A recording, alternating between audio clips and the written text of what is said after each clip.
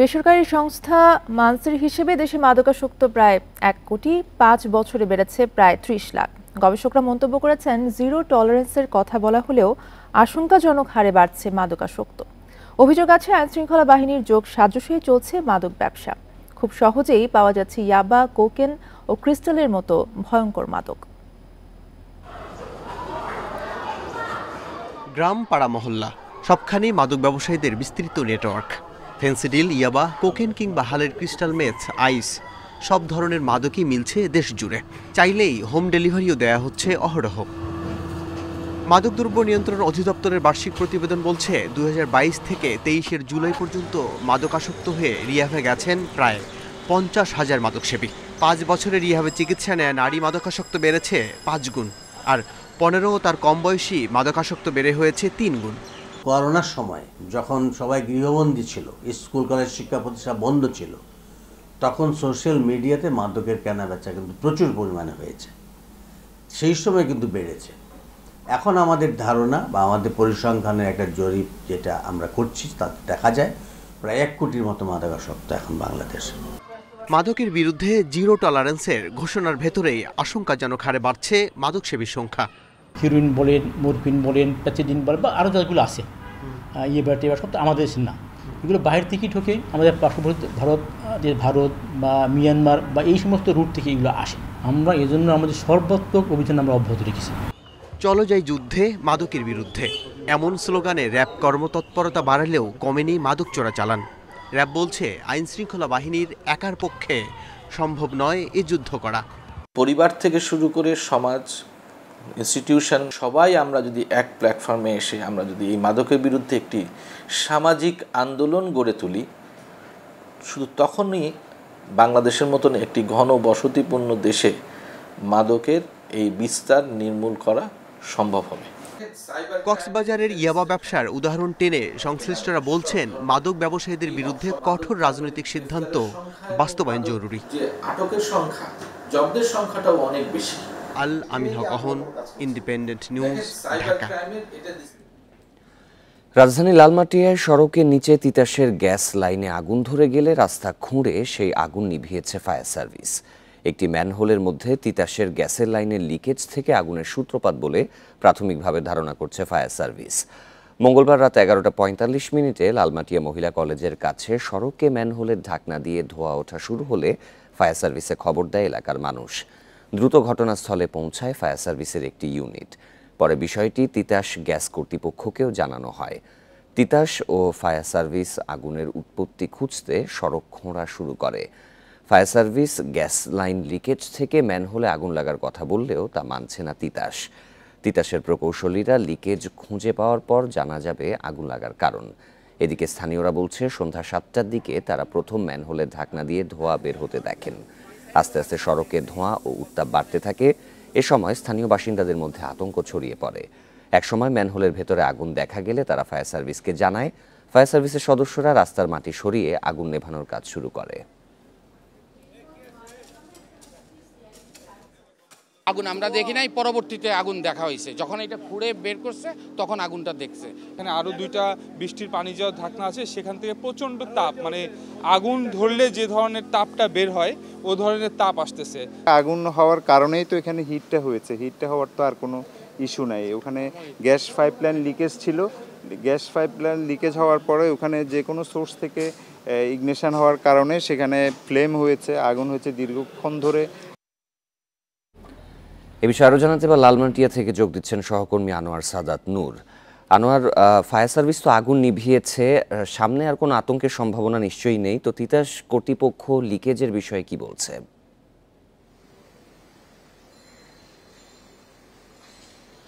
তিতাস কর্তৃপক্ষ কিন্তু প্রথমের দিকে যে এই আগুনটি বা এরকম অবস্থা তৈরি হয়েছে গ্যাস লিকেজের কারণে, সেটি কিন্তু মানতে নারাজ ছিল। যদিও বা ফায়ার সার্ভিস একটা ধারণা দিচ্ছিল, যে প্রাথমিকভাবে তাদের ধারণা যে গ্যাস লিকেজ থেকে ম্যানহোলের ভিতরে হয়তো আগুন লেগে থাকতে পারে। সেই আগুন দীর্ঘক্ষণ জ্বলার ফলে যে উত্তাপ বাড়ছে এবং সেই আগুনটি বের হতে না পেরে এক পর্যায়ে ধোঁয়া হয়ে ম্যানহোলের পাশে যে ঢাকনা থাকে সেই ঢাকনা দিয়ে বের হচ্ছে। তবে তিতাস গ্যাস কর্তৃপক্ষ প্রথম থেকেই কিন্তু বলে আসছে যে সেটা বায়োগ্যাসের কারণে হতে পারে, গ্যাস লিকেজ না হওয়ার কারণে হতে পারে, বা আদৌ কি কারণে হচ্ছে সেটি তখনও জানা যায়নি, যেহেতু সেটি একটি আন্ডারগ্রাউন্ড অবস্থায় ছিল, মানে সড়কের নিচে ছিল একটি ম্যানহোলের কাছে। কিন্তু এই যে রাস্তাটি এখন যেটি আমরা খালি দেখতে পাচ্ছি, এই রাস্তাটি কিন্তু গতকাল সন্ধ্যা থেকেই একটি মানে আতঙ্কের কারণ হয়ে দাঁড়িয়েছিল। এই রাস্তাটি মধ্যরাত পর্যন্ত, ভোর পর্যন্ত বলা যেতে পারে যে দুপাশের যে বাসিন্দারা, ভবনের বাসিন্দারা আছে, স্থানীয় বাসিন্দারা, তাদের কাছে একটি আতঙ্কের কারণ হয়ে দাঁড়িয়েছিল। কেননা গতকাল সন্ধ্যার সময় যখন স্থানীয় বাসিন্দাদের অনেকেই রোডে, মানে সড়কের উপর একটি উত্তাপ প্রথমে খেয়াল করতে পারে যে সড়কের উত্তাপ ক্রমান্বয়ে বাড়ছে, তখন তারা পরিস্থিতি বোঝার চেষ্টা করে। পরবর্তীতে যখন ম্যানহোলের ঢাকনা কিংবা পাশের যে রাস্তার পাশে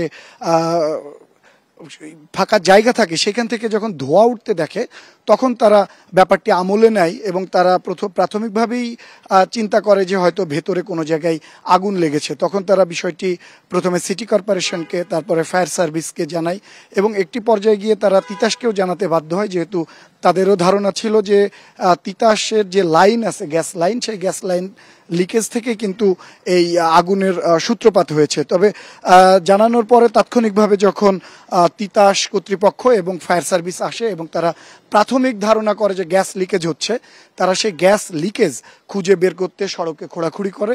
খোঁড়াখুড়ির একটা পর্যায়ে তারা যেখান থেকে গ্যাস লিকেজ হচ্ছিল, যে একটি এলবো, মানে যেখান থেকে আরেকটি লাইন তৈরি করা হয়, সেই জায়গা থেকে সেটা ঢিল হয়ে যেত, সেই স্ক্রুটা, সেখান থেকে গ্যাস লিকেজ হচ্ছিল। তবে ভোরের দিকে সেই লিকেজ মেরামত করে এটিকে সম্পূর্ণ করা হয়েছে এবং তারা বলছেন যে আর এখানে এরকমটি হওয়ার সম্ভাবনা নেই।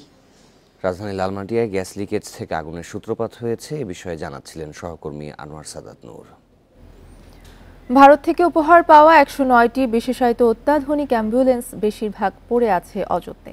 দক্ষ চালক, রক্ষণাবেক্ষণ ও নজরদারির অভাবে যন্ত্রাংশ নষ্ট হয়ে বিকল হচ্ছে আইসিইউ বিশিষ্ট এই অ্যাম্বুলেন্সগুলো।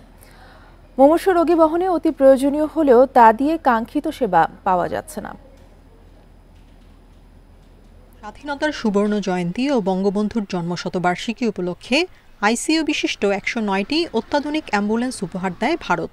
কিন্তু গত 3 বছরে এসবের বেশিরভাগই নষ্ট হচ্ছে পড়ে থেকে। জনবল সংকটের কারণ দেখিয়ে বগুড়া, চুয়াডাঙ্গা, খাগড়াছড়ি হাসপাতালে পড়ে আছে লাইফ সাপোর্ট অ্যাম্বুলেন্সগুলো। প্রশিক্ষিত লোকবল ছাড়া চালু করা যাচ্ছে না বলছে হাসপাতাল কর্তৃপক্ষ। এমনি আমার লোকবল নাই, ওটার জন্য তো আলাদা লোকবল দরকার, সেটাও নাই। এখন একটি মূল্যবান জিনিস যেভাবে হোক দেশে আসলো, আমরা ব্যবহার করতে পারছি না। অ্যাম্বুলেন্স ড্রাইভারের পাশাপাশি আমাদের স্কিল হেলথ ওয়ার্কার দরকার, যে ক্ষেত্রে আমাদের স্কিল হেলথ ওয়ার্কার অথবা আইসিইউ চালানোর মতো কেউ নাই, সেজন্য আমরা এখনো পুরোপুরি কাজে লাগাতে পারিনি। বরিশাল, মেহেরপুর, চাঁপাইনবাবগঞ্জ, জামালপুর, ময়মনসিংহ, রাজবাড়ী ও নাটোর হাসপাতালে চালু রয়েছে অ্যাম্বুলেন্সগুলো। তবে তা ব্যবহার হচ্ছে সাধারণ অ্যাম্বুলেন্সের মতোই। সাধারণ অ্যাম্বুলেন্সের চেয়ে এটার হচ্ছে যে রেটটা বেশি, যার জন্য আমরা ব্যবহার করতে পারতেছি না। মানে আইসিইউর দরকার এরকম ট্রান্সপোর্টের জন্য, ওই ধরনের খারাপ রোগীগুলো আসলে ব্যবহার করতে। আইসিইউর মতো ব্যবস্থা সম্পূর্ণ না থাকলেও কিছুটা ব্যবস্থা এখানে আছে। আবার অনেকগুলোতে লাইফ সাপোর্ট দেওয়ার মতো যন্ত্রাংশ না থাকায় সুফল পাওয়া যাচ্ছে না। ফলে খুলনা মেডিকেল, শেরপুর, টাঙ্গাইল ও পাবনাতে পড়ে আছে অযত্নে। অক্সিজেনের যে সেটা একটু ডিস্টার্ব ছিল, পরে আমরা ওই আলাদাভাবে একটা সিলিন্ডার লাগিয়ে কাজ করছিলাম। কিন্তু আসলে আইসিইউ অ্যাম্বুলেন্স বলতে সাধারণভাবে আমরা যেই সুবিধাগুলো আশা করি সেই যে জিনিসগুলো আসলে ওখানে আমরা পাই নাই। জরুরি সেবা দিতে বিশেষায়িত এসব অ্যাম্বুলেন্স ফেলে না রেখে সঠিক ব্যবহারে পদক্ষেপ নেওয়ার দাবি জানিয়েছেন বিশিষ্টজনরা। Tania Nasrin, independent news. এ নিয়ে আরও জানাতে খাগড়াছড়ি, বগুড়া এবং মেহেরপুর থেকে যুক্ত হচ্ছেন আমাদের সহকর্মীরা। শুরুতেই খাগড়াছড়িতে যেতে চাই। খাগড়াছড়ি থেকে আমাদের সাথে আছেন সহকর্মী সমীর মল্লিক। সমীর, ভারত থেকে যে বিশেষায়িত অ্যাম্বুলেন্সগুলো দেওয়া হয়েছে সেগুলোর যথাযথ ব্যবহার কেন হচ্ছে না এবং প্রশিক্ষিত জনবল কেন নেওয়া হচ্ছে না? আর দেখুন, 2021 সালে ভারত থেকে যে সমস্ত অ্যাম্বুলেন্স দেওয়া হয় তার মধ্যে একটি অ্যাম্বুলেন্স খাগড়াছড়িতে দেওয়া হয়। মূলত এটা পাহাড়ি জেলা হওয়ার কারণে এখানে কিন্তু কোনো হাসপাতালে বা সরকারি বেসরকারি কোথাও কিন্তু আইসিইউ সুবিধা নেই। এই একটি মাত্র সুবিধা ছিল, যেটি লাইফ সাপোর্ট অ্যাম্বুলেন্সে আইসিইউ সুবিধাটা ছিল। কিন্তু এরপরে প্রায় 3 বছরের মধ্যে একদিনের জন্য এই অ্যাম্বুলেন্সটি কিন্তু সচল করা যায়নি। আমরা দেখেছি মূলত এই বিষয়টা নিয়ে আমরা যারা নাগরিক সমাজ রয়েছে বা সাধারণ রোগী যারা রয়েছে তারা বলছে যে খাগড়াছড়ি থেকে চট্টগ্রাম বা ঢাকার একটা বিস্তর দূরত্ব রয়েছে। খাগড়াছড়ি থেকে চট্টগ্রামের দূরত্ব প্রায় 120 কিলোমিটার মতো এবং ঢাকার দূরত্ব 250 কিলোমিটার বেশি। এই লম্বা সময়ে যদি কোনো অসুস্থ রোগী আসলে তাদেরকে মানে খাগড়াছড়ি থেকে চট্টগ্রাম বা ঢাকায় স্থানান্তর করতে হয়, সেক্ষেত্রে অনেক সময় লাইফ সাপোর্ট অ্যাম্বুলেন্সের প্রয়োজন হয়। কিন্তু এটা কখনো এখানকার যারা রোগী রয়েছে বা তাদের স্বজনরা কখনো কিন্তু আসলে এটা কখনো বিভিন্ন সময় আইসিইউর প্রয়োজন হলেও এই লাইফ সাপোর্ট অ্যাম্বুলেন্স তারা আসলে ব্যবহার করতে পারেনি, যে কারণে অনেক রোগীকে আসলে পথের মধ্যে মারা যেতে হয়েছে। এরকম আমরা বেশ কিছু নজির কিন্তু দেখেছি আইসিইউ সুবিধা না থাকার কারণে। কিন্তু ভারত সরকারের পক্ষ থেকে যে লাইফ সাপোর্ট অ্যাম্বুলেন্স দেওয়া হয়, এই বিষয়টা কেন চালু করা যাচ্ছে না, অ্যাম্বুলেন্সটা কেন চালু যাচ্ছে না, এটা বিষয়টা নিয়ে কিন্তু আমরা যারা হাসপাতাল কর্তৃপক্ষ তাদের সাথে বেশ কয়েকবার কথা বলেছে। তারা যে বিষয়টা বারবার বলছে যে এখানে অ্যাম্বুলেন্সটি চালানোর জন্য যে ধরনের জনবল দরকার সেই ধরনের জনবল কিন্তু এখানে তাদের হাসপাতাল কর্তৃপক্ষের কাছে নেই। এবং তারা বিষয়টা নিয়ে বিভিন্ন সময় যে স্বাস্থ্য অধিদপ্তর থেকে উদ্বোধনী কর্মকর্তারা যেখানে পরিদর্শন করেছে হাসপাতাল, তারা কিন্তু সেখানে বেশ কয়েকবার তাদেরকে বিষয়টি জানানো হয়েছে, কিন্তু তখনও কিন্তু স্বাস্থ্য অধিদপ্তর থেকে এই বিষয়ে কোনো ধরনের সুরাহা হয়নি। সর্বশেষ এই প্রতিবেদনটি তৈরি করার সময় আমরা বিষয়টা নিয়ে খাগড়াছড়ি সরকারি সদর হাসপাতালের তিনি আবাসিক চিকিৎসক তার সাথে কথা বলেছি। তিনি বলেছেন এখানে জনবল নিয়োগ এবং প্রশিক্ষিত নার্স অ্যাম্বুলেন্স নিয়োগ দেওয়ার জন্য এই বিষয়টা নিয়ে তারা মন্ত্রণালয়ে লিখেছে, কিন্তু এখনো পর্যন্ত মন্ত্রণালয় থেকে কোনো ধরনের জবাব তারা পায়নি, জবাব দেওয়া হয়নি। যে আপনাকে ধন্যবাদ। আমাদের সাথে বগুড়া থেকে আছেন সহকর্মী জজিফ হোসেন, তার কাছ থেকে জানবো সেখানকার খবর। জজিফ, আপনি জানাবেন যে বগুড়াতে আসলে কি অবস্থা, সেখানে আসলে এই বিশেষায়িত অ্যাম্বুলেন্সগুলো যথাযথ ব্যবহার করা যাচ্ছে কিনা, এবং যেমনটা আমরা খাগড়াছড়ি থেকে শুনছিলাম যে সেখানে যন্ত্রাংশগুলো ব্যবহার করা যাচ্ছে না, এই কারণে আসলে অ্যাম্বুলেন্সগুলো আসলে ব্যবহৃত হচ্ছে না। বগুড়ায় কি অবস্থা?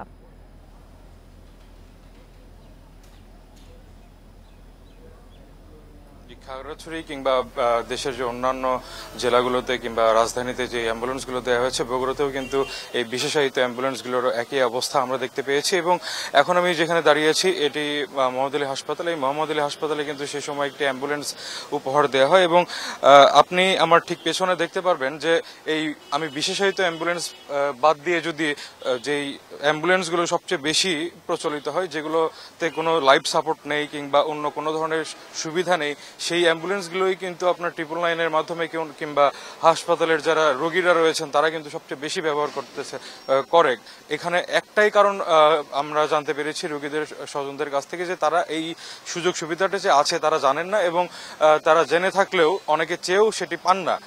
আমরা হাসপাতাল কর্তৃপক্ষের সাথে যখন কথা বলার পরে তারা যেটি জানিয়েছেন যে আসলে এই অ্যাম্বুলেন্সটি পরিচালনার জন্য যে পরিমাণ লোকজন দরকার কিংবা অভিজ্ঞ দক্ষ জনবল দরকার সেটি কিন্তু তাদের কাছে নেই। আপনি ঠিক দেখতে পাচ্ছেন যে এই আইসিইউ অ্যাম্বুলেন্স, এখানে আমি যদি বলি যে আইসিইউ অ্যাম্বুলেন্সটি কিন্তু হাসপাতালের যে গ্যারেজ, অর্থাৎ গ্যারেজ আমি যদি একটু উপমা হিসেবে বলি যে হাসপাতালের আইসিইউতেই রয়েছে এই আইসিইউ অ্যাম্বুলেন্সটি, তাহলে কিন্তু ভুল হবে না। এখানে আমি দেখতে পেরেছি যে ধুলার একটা আস্তরণ পড়ে আছে, মোটা আস্তরণ, যে আস্তরণটি ভেদ করে আসলে কি লেখা আছে সেটিও কিন্তু আমার পড়তে গেলে ধুলোটা মুছে পড়তে হয়েছে। আমি যখন হাসপাতাল কর্তৃপক্ষের সাথে কথা বললাম তারা জানিয়েছেন যে কিছুদিন পর পর আসলে এই অ্যাম্বুলেন্সটি মেইনটেনেন্স করা হয় এবং স্টার্ট দিয়ে দেখা হয় যে অ্যাম্বুলেন্সটি ঠিকঠাক আছে কিনা, কিন্তু অ্যাম্বুলেন্সের ভিতরে যেসব জিনিসপত্র থাকার কথা সেই সব জিনিসপত্র ঠিকঠাক আছে কিনা সেগুলো দেখার জন্য আমরা যখন তাদেরকে বলি, কিন্তু তারা কিন্তু সেটিকে দেখতে আমাদেরকে দেননি। এবং জিয়া মেডিকেলের কথা যদি বলি, জিয়া মেডিকেলের উপপরিচালক যিনি রয়েছেন আব্দুল ওয়াদুদ, উনি কিন্তু বারবার বলেছেন যে আসলে এই অ্যাম্বুলেন্সের বিষয়টি নিয়ে তিনি কথা বলবেন না। তারপরেও যখন আমরা কয়েক দফা তার সাথে কথা বলতে চাই, তিনি তখন এক পর্যায়ে বলেন যে আসলে এই অ্যাম্বুলেন্স নিয়ে তারা কেন কথা বলতে চান না, একটাই কারণ যে তাদের বিশেষায়িত কোনো জনবল না থাকার কারণে কিন্তু তাদের এই সমস্যাটা হচ্ছে। এবং এই অ্যাম্বুলেন্সের যে ভাড়া রয়েছে সেই ভাড়াটা কিন্তু রোগীরা পরিশোধ করতে একটু দ্বিধাবোধ করেন, যে কারণে কিন্তু আমাদের সাথে থাকুন। আমাদের সাথে মেহেরপুর থেকে সহকর্মী রাজিবুল হক আছেন, তার কাছ থেকে সেখানকার খবর জানবো। রাজিবুল, যেমনটা সহকর্মীদের কাছ থেকে শুনছিলাম, এই অ্যাম্বুলেন্সগুলো আসলে পরিচালনা করা যাচ্ছে না বলে কিন্তু অকেজো হয়ে আছে। সেক্ষেত্রে আসলে হাসপাতাল কর্তৃপক্ষ কি বলছে, দক্ষ জনবল কেন নেওয়া হচ্ছে না? মেহেরপুর জেনারেল হাসপাতালে যে বিশেষায়িত যে ভারত সরকার কর্তৃক উপহার হিসেবে পাওয়া যে অ্যাম্বুলেন্স সেটি একটি আছে এবং এটি মেহেরপুরে আসলে সচল আছে। তবে এই অ্যাম্বুলেন্সটি আসলে সবার ক্ষেত্রে ব্যবহার প্রযোজ্য নয়। শুধুমাত্র মেহেরপুর জেনারেল হাসপাতালে যে মুমূর্ষু রোগী আসে এবং যাদের আধুনিক যে চিকিৎসা ব্যবস্থা আছে, এই অ্যাম্বুলেন্সটি শুধুমাত্র মুমূর্ষু এবং বিশেষ করে হার্টের অথবা হৃদরোগ আক্রান্ত রোগীদের জন্য, যাদের বিশেষ করে লাইফ সাপোর্টে এক স্থান থেকে অন্য স্থান স্থানান্তর করা হয়, শুধুমাত্র তাদের জন্য আসলে মেহেরপুরে যে আইসিইউ বিশিষ্ট যে অ্যাম্বুলেন্সটি আছে সেটি শুধুমাত্র ব্যবহার করে। এছাড়া কিন্তু সাধারণ যে রোগীগুলো আছে এদের জন্য বাইরে থেকে অন্যান্য অ্যাম্বুলেন্স ব্যবহার করে রোগী ও রোগী স্বজনরা।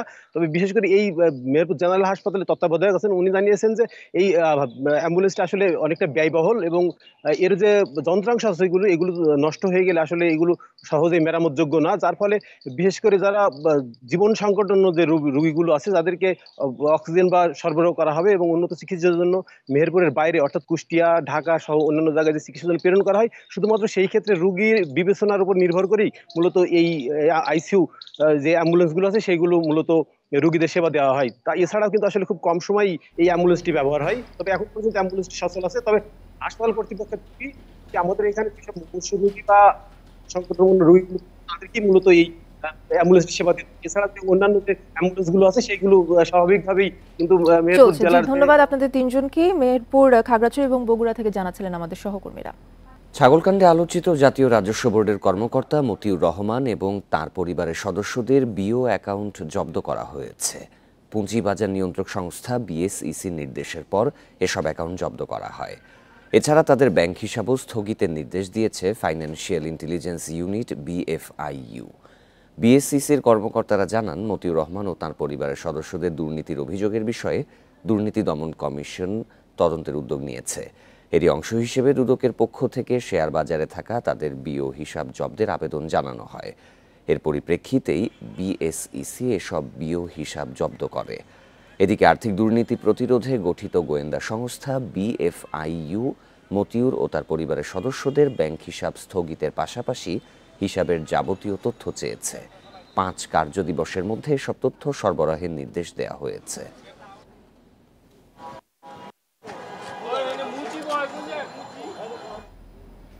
ছাগলকাণ্ডে সমালোচিত এনবিআর কর্মকর্তা মতিউর রহমান ও তার পরিবারের সদস্যদের আর্থিক লেনদেন তদন্ত শুরু করেছে গোয়েন্দা সংস্থা বিএফআইইউ। এই পরিবারের মোট 8 সদস্যের ব্যাংক লেনদেন আগামী 1 মাসের জন্য স্থগিত রাখতে নির্দেশনা দিয়েছে সংস্থাটি।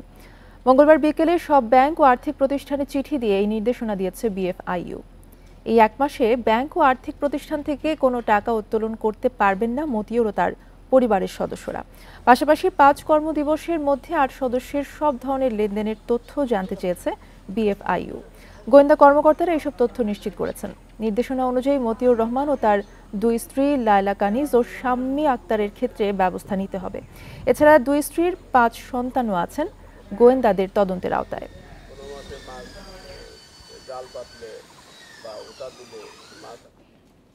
ভয়ভীতি দেখিয়ে মিথ্যা তথ্যে পাসপোর্ট করিয়েছিলেন সাবেক পুলিশ প্রধান বেনজির আহমেদ।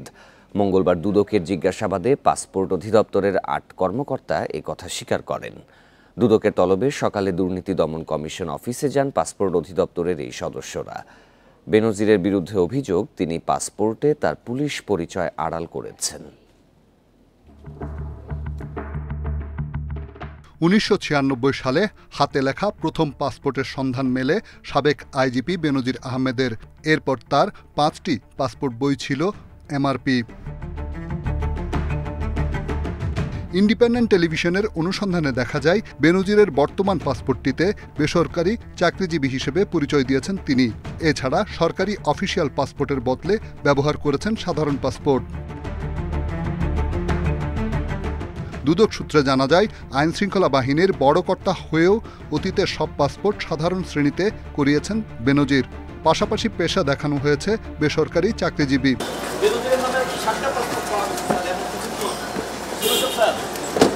তবে এই বিষয়ে ক্যামেরার সামনে কথা বলতে রাজি হননি দুদকের কোনো কর্মকর্তা।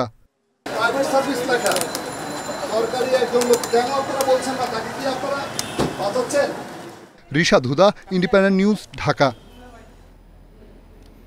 বৈধ আয়ে কোটি টাকায় গরু আর 15 লাখে ছাগল কেনা সম্ভব নয় বলে মন্তব্য করেছেন কুষ্টিয়া 3 আসনের সংসদ সদস্য মাহবুবুল আলম হানিফ। আর দুর্নীতি বৃদ্ধির জন্য দুদকের জবাবদিহির অভাবকে দায়ী করেছেন কুমিল্লা ৬ আসনের সংসদ সদস্য আকম বাহাউদ্দিন বাহার। মঙ্গলবার সংসদের বাজেট অধিবেশনে তারা এসব কথা বলেন। সম্প্রতি একের পর এক বিভিন্ন সরকারি কর্মকর্তার অস্বাভাবিক সম্পত্তি অর্জনের বিষয়টি সামনে আসায় এ নিয়ে দেশজুড়ে চলছে নানা আলোচনা সমালোচনা। বিষয়টি মঙ্গলবার সংসদ অধিবেশনেও উঠে আসে। দফায় দফায় সরকারি কর্মকর্তাদের বেতন বাড়লেও থামছে না তাদের দুর্নীতি, এমন অভিযোগ করে সংসদ সদস্য মাহবুবুল আলম হানিফ বলেন, আমলারা জড়িত না থাকলে রাজনৈতিক নেতাদের দুর্নীতির সুযোগ নেই। একটা গরুর দাম 1 কোটি টাকায় বিক্রি হয়েছে, যার মাংস হবে 1400 কেজি, অথচ তার পার কেজিতে প্রায় 7,000 টাকা কেজি করে পড়ে। এটা কারা কিনলো, কেন কিনলো? এটা বৈধ উপায় যাদের, তারা এইভাবে টাকা খরচ করে কিনতে পারে না। দুর্নীতি হয়তো সরকারের ডেভেলপমেন্ট এবং প্রকিউরমেন্ট ওয়ার্কে, তো সেখানে একজন রাজনীতিবিদের সুযোগ কোথায় দুর্নীতি করার, যদি সরকারি কর্মকর্তারা তার সঙ্গে জড়িত না থাকে? এরকম হাজার হাজার মতুর এখন যারা দুর্নীতির অভিযুক্ত এরকম আছে। সরকারি কর্মচারীদের দুর্নীতি বন্ধে প্রতি মাসে সাব রেজিস্ট্রি অফিস, গাড়ির শোরুম থেকে ভোক্তাদের তথ্য সংগ্রহ, একই সঙ্গে সরকারি কর্মকর্তাদের নিয়োগ, পদোন্নতি এবং 5 বছর পর পর হলফনামা পেশ করা বাধ্যতামূলক করার পরামর্শ দেন আওয়ামী লীগের এই নেতা। সব খাতে অবৈধ সম্পদ অর্জনের জন্য দুর্নীতি দমন কমিশনের অব্যবস্থাপনায় দায়ী বলে মন্তব্য কুমিল্লা ৬ আসনের এমপি আকম বাহাউদ্দিন বাহারের। দুদক একটি স্বাধীন কমিশন, আসলে স্বাধীন, ওনারা আসলে সত্যিই স্বাধীন। ওনাদের স্বাধীনতার জন্য আজকে বাংলাদেশের জায়গায় জায়গায় দুর্নীতির ছাপ দেখা যাচ্ছে। দুর্নীতি দমন কমিশন ইচ্ছা করলে কারো বিরুদ্ধে ইনকোয়ারি করে, করে না। দুর্নীতির বিরুদ্ধে কিছুই বলার সুযোগ নাই আমাদের কারো। এদিকে কালো টাকা সাদা করার ক্ষেত্রে নিয়মিত করের তুলনায় 15% কম কর আরোপের সমালোচনাও করেন তারা। ইকরামুল কবির, ইন্ডিপেন্ডেন্ট নিউজ, ঢাকা। সিলেটে বন্যার পানি কমার সঙ্গে সঙ্গে স্পষ্ট হচ্ছে ক্ষয়ক্ষতি। ঘরবাড়ি, রাস্তাঘাট, কৃষি সবকিছুতেই বন্যার ক্ষত। পানি কমায় আশ্রয়কেন্দ্র ছেড়ে বাড়ি ফিরে বিধ্বস্ত ঘরবাড়ি নিয়ে দুশ্চিন্তায় পড়েছেন অনেকে।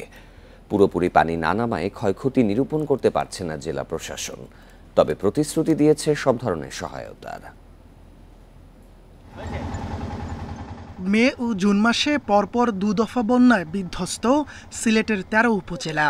পানি কিছুটা কমায় যেদিকে চোখ যায় দেখা মেলে বন্যায় রেখে যাওয়া ক্ষত। পাহাড়ি ঢলে বিধ্বস্ত হয়েছে ঘরবাড়ি, নষ্ট হয়েছে ক্ষেতের ফসল, ভেসে গেছে খামারের মাছ, গবাদি পশু, হাঁস মুরগি। সব হারিয়ে নিঃস্ব মানুষগুলোর চোখে মুখে হাহাকার। বিধ্বস্ত ঘরবাড়ি মেরামত করে আবার নতুন জীবনের সংগ্রামে ফেরার দুশ্চিন্তায় তারা।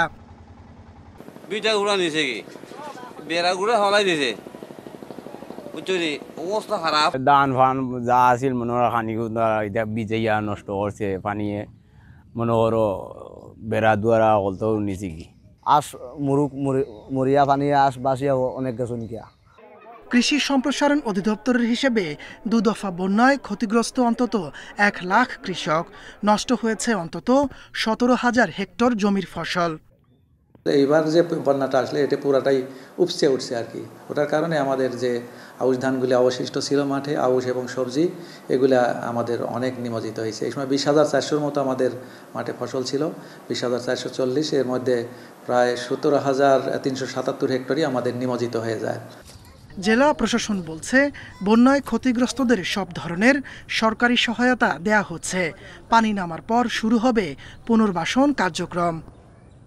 এই সিটি কর্পোরেশন এলাকাতে যে ওয়ার্ডগুলো প্লাবিত হয়েছে, এখানে মানুষ যারা আশ্রয় কেন্দ্রে যাওয়া প্রয়োজন, সিটি কর্পোরেশন এবং আমাদের সংশ্লিষ্ট ডিপার্টমেন্ট এবং আমরা সমন্বিতভাবে কাজ করছি। জেলা প্রশাসনের হিসেবে বন্যায় সিলেট জেলায় অন্তত 10 লাখ মানুষ ক্ষতিগ্রস্ত। ক্ষয়ক্ষতির পরিমাণ ছাড়াতে পারে 1000 কোটি টাকা। Independent news. বন্যা পরিস্থিতির ক্ষয়ক্ষতির বিষয়ে আরও জানাতে এবার সুনামগঞ্জ থেকে যোগ দিচ্ছেন সহকর্মী জাকির হোসেন। জাকির, ক্ষয়ক্ষতি নিরূপণে ঠিক কত সময় লাগতে পারে? সেখানকার যারা পানিবন্দী মানুষ রয়েছেন তারা এই ব্যাপারে কি বলছেন?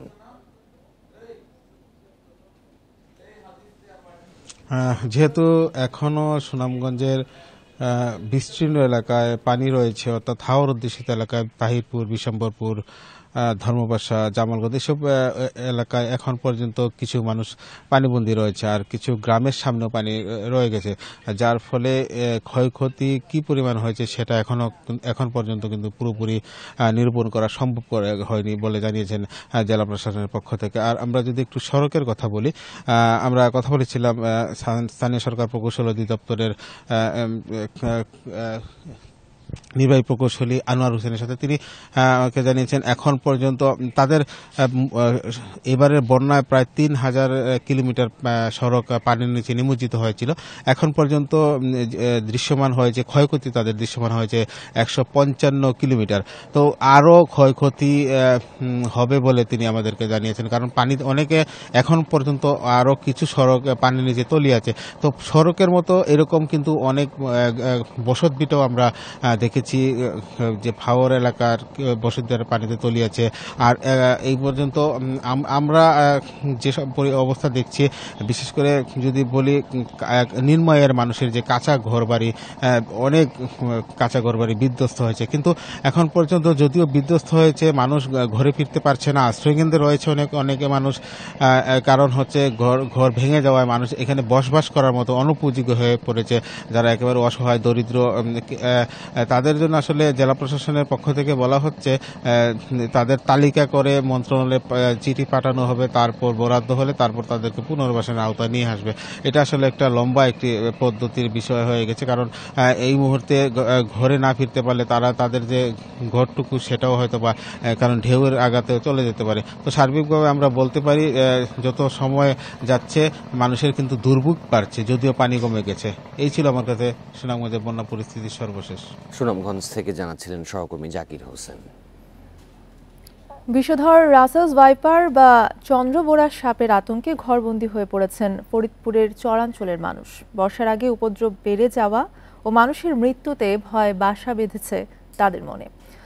আতঙ্ক রোধে পর্যাপ্ত অ্যান্টিভেনম মজুদ এবং চরবাসীর মাঝে গামবুট বিতরণ ও স্পিড বোটের ব্যবস্থা সহ সচেতনতামূলক কার্যক্রম হাতে নিয়েছে জেলা প্রশাসন। ফরিদপুর সদর, চরভদ্রাসন ও সদরপুর উপজেলার চরাঞ্চলে কয়েক হাজার মানুষের বসবাস। 7 বছর আগে এসব এলাকায় দেখা মেলে চন্দ্রবোরা সাপের, যা সামাজিক যোগাযোগ মাধ্যমে পরিচিত রাসেলস ভাইপার নামে। এই সাপ সম্পর্কে আগে তেমন কিছু না জানলেও এর ভয়াবহ রূপ সম্পর্কে জানার পর শঙ্কিত এলাকাবাসী। সম্প্রতি সাপের দংশনে এক কৃষকের মৃত্যুর ঘটনা ছড়িয়েছে আতঙ্ক। সাপের কামড়ে 4 জন মানুষ মারা গেছে, আমি নিজে জানি, একজনও বাঁচে নাই। মানুষ ঠিক মতো সে চিকিৎসা পায় নাই, কারণ কাছে কাছে হসপিটাল নাই। পদ্মার পানি বৃদ্ধির সাথে ক্ষেত খামার, ঝোপঝাড় এমনকি বসত ঘরে ঢুকে পড়ছে সাপ। উপদ্রব বেড়ে যাওয়ায় বিপাকে পড়েছেন চরাঞ্চলবাসী। সাপের ভয় এসে গেছে, আমাকে রাত বিরাতে বাইরে ভয় করে। নদী বেষ্টিত চরাঞ্চলে যাতায়াতের একমাত্র বাহন নৌকা। সাপের দংশনে কেউ অসুস্থ হলে হাসপাতালে নিতে সময় লাগে কয়েক ঘন্টা। এজন্য চরের স্বাস্থ্য ক্লিনিকে চিকিৎসক ও প্রতিষেধক রাখার দাবি স্থানীয়দের। চিকিৎসা দূরত্ব নেওয়া লাগবে, কোনো উজা দেখানো যাবে না। আর আমরা ওই চর অঞ্চলে বসবাস করি, মানে আমাকে এখান থেকে যাইতে শহরে যাইতে প্রায় 2 ঘন্টা লাগে যায়। ফরিদপুর সহ বিভিন্ন জেলায় রাসেলস ভাইপারের উপদ্রব এবং ভুল তথ্যের কারণে ছড়াচ্ছে আতঙ্ক। এজন্য সচেতনতা সহ নানা উদ্যোগ নেওয়ার কথা জানিয়েছেন জেলা প্রশাসক। জেলা এবং উপজেলা ইউনিয়ন পর্যায় পর্যন্ত মাইকিং করে সবাইকে সচেতন করার উদ্যোগ নিয়েছি। একই সাথে যে সকল এলাকায় চরাঞ্চল বেশি সেখানে আমরা গামবুট বিতরণের উদ্যোগ নিয়েছি। সাপে কাটা ও অসুস্থ রোগীদের দ্রুত জেলা শহরের হাসপাতালে নিতে সি বোট, স্পিড বোট চালু রাখার দাবি জানিয়েছেন চরাঞ্চলের মানুষ। Independent news. ব্যবসায়ী নাসিরের হত্যা চেষ্টা মামলায় জামিন পেয়েছেন চিত্রনায়িকা পরিমণি।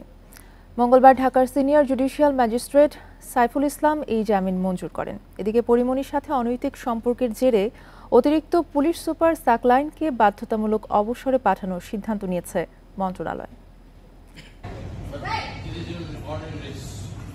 2022 সালে নানা ঘটনায় আলোচিত সমালোচিত হন চিত্রনায়িকা পরিমণি। 9 জুন রাতে রাজধানীর উত্তরার বোট ক্লাবে অপ্রীতিকর পরিস্থিতিতে মারামারি ও ভাঙচুরের ঘটনায় জড়িয়ে পড়েন তিনি।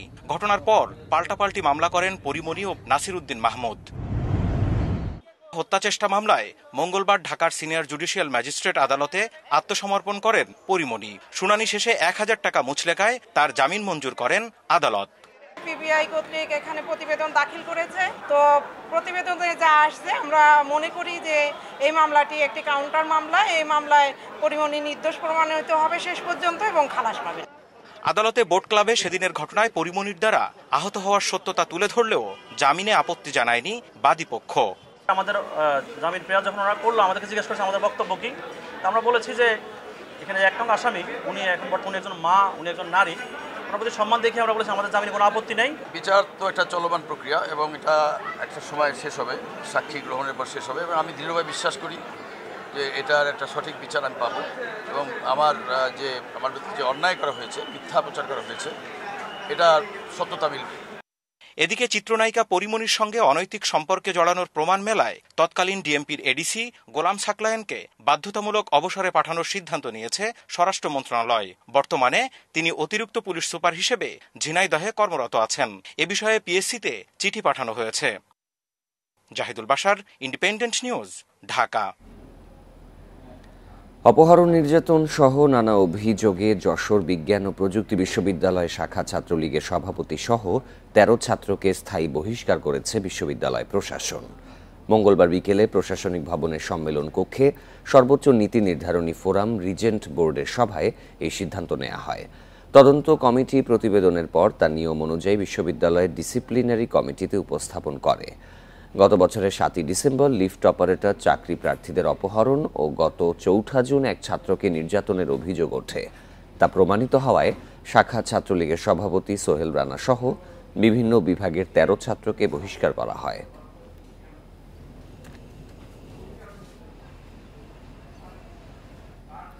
বাংলাদেশ থেকে রপ্তানি পণ্য গন্তব্যে পৌঁছাতে প্রয়োজনীয় 40 ফুট দীর্ঘ খালি কন্টেইনার পাওয়া যাচ্ছে না।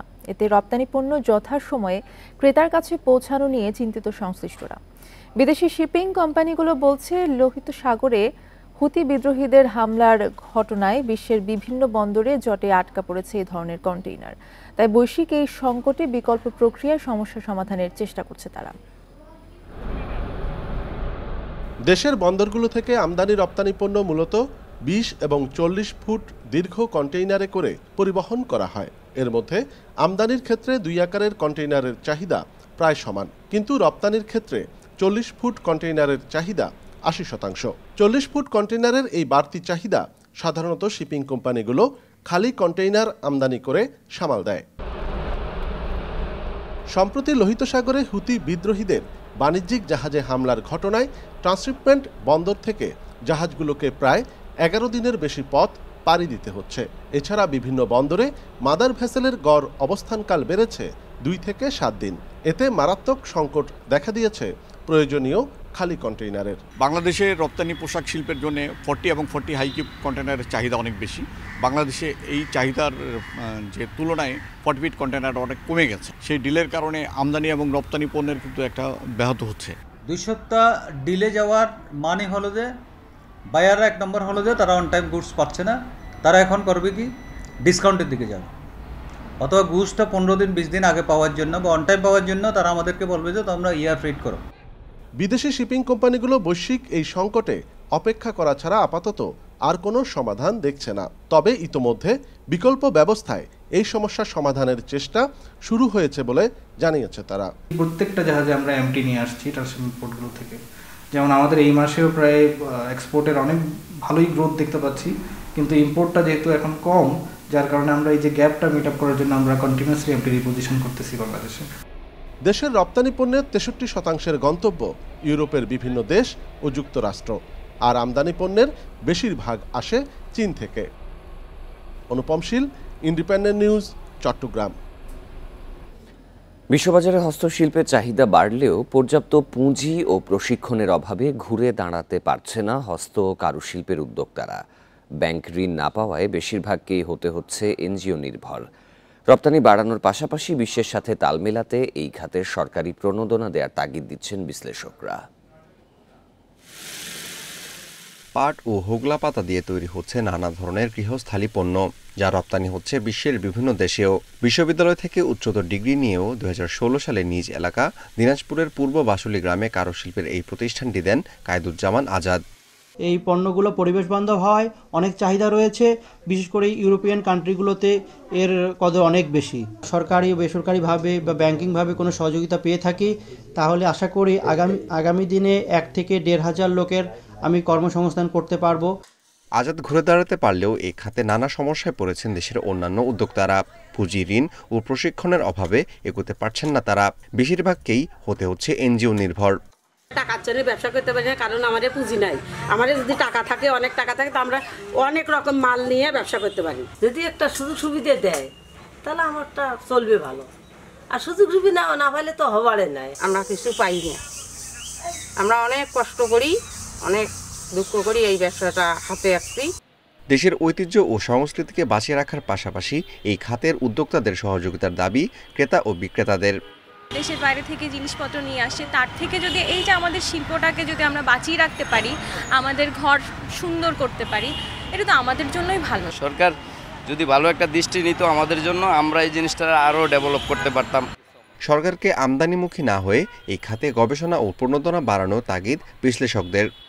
আমি ইম্পোর্ট না করে তার পরিবর্তে আমি এই ছোট ইন্ডাস্ট্রিটাকে কিভাবে দেশের ভিতর ঘটতে পারি, ধীরে ধীরে আমি বলছি যে কিছু মাত্রা ইম্পোর্ট কমানো, আমি যতটুকু পরিমাণ উৎপাদন করতে পারি সেই উৎপাদনটাকে আবার একটা লক্ষ্যমাত্রা দেওয়া, ইম্পোর্ট সাবস্টিটিউটিং ইন্ডাস্ট্রি হিসাবে কটেজ ইন্ডাস্ট্রিগুলোকে কিভাবে প্রতিষ্ঠিত করা যায় সেটার উপর একটা গুরুত্ব দিতে হবে।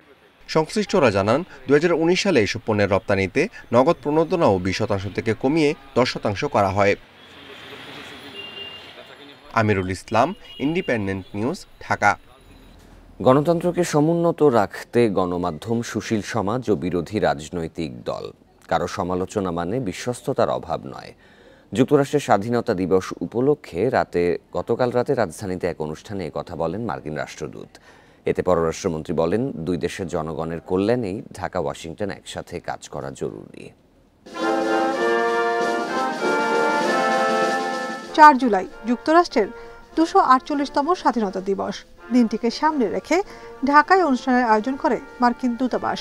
তাদের আমন্ত্রণে এক ছাদের নিচে হাজির হন আওয়ামী লীগ, বিএনপি নেতারা। অংশ নেন বিভিন্ন মিশনের কূটনৈতিক, সামরিক, বেসামরিক কর্মকর্তা, সুশীল সমাজের প্রতিনিধি ও গণমাধ্যম ব্যক্তিত্বরাও। অনুষ্ঠানে বাংলাদেশ ও যুক্তরাষ্ট্রের দ্বিপাক্ষিক এবং কূটনৈতিক সম্পর্কের উপর গুরুত্ব দেন পররাষ্ট্রমন্ত্রী ও মার্কিন রাষ্ট্রদূত। স্মার্ট বাংলাদেশ বাস্তবায়নে যুক্তরাষ্ট্রের শক্তিশালী অংশীদারিত্ব প্রত্যাশা করি আমরা। যুক্তরাষ্ট্র সবসময় তাদের সহযোগিতা অব্যাহত রেখেছে। বৈশ্বিক অর্থনৈতিক মন্দা ও যুদ্ধবন্ধে যুক্তরাষ্ট্রের সঙ্গে একসাথে কাজ করতে চায় বাংলাদেশ।